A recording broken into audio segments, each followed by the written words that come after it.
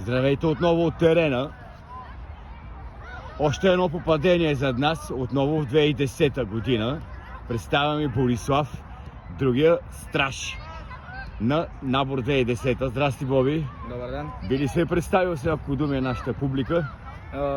Борислав Стефанов Скален, 2010 набор. В Арес съм от 1-2 години. И да.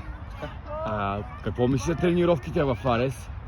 Аз понеже идвам от друг отбор, мисля, че тези тренировки са доста по-стегнати, доста по-сложни, трудни, треньорите са по-добри и имам доста голям напредък.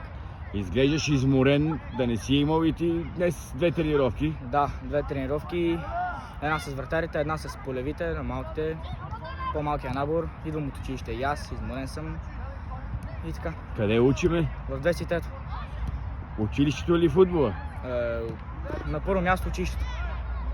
Защо? Нужно е да си има образование, защото ако не се успее в футбола, трябва да има образование за напред. Браво, поздравявам те за това мислене, рядко срещано при младежите. Как е набора през твоите очи в класирането, в първенството на Футболния съюз?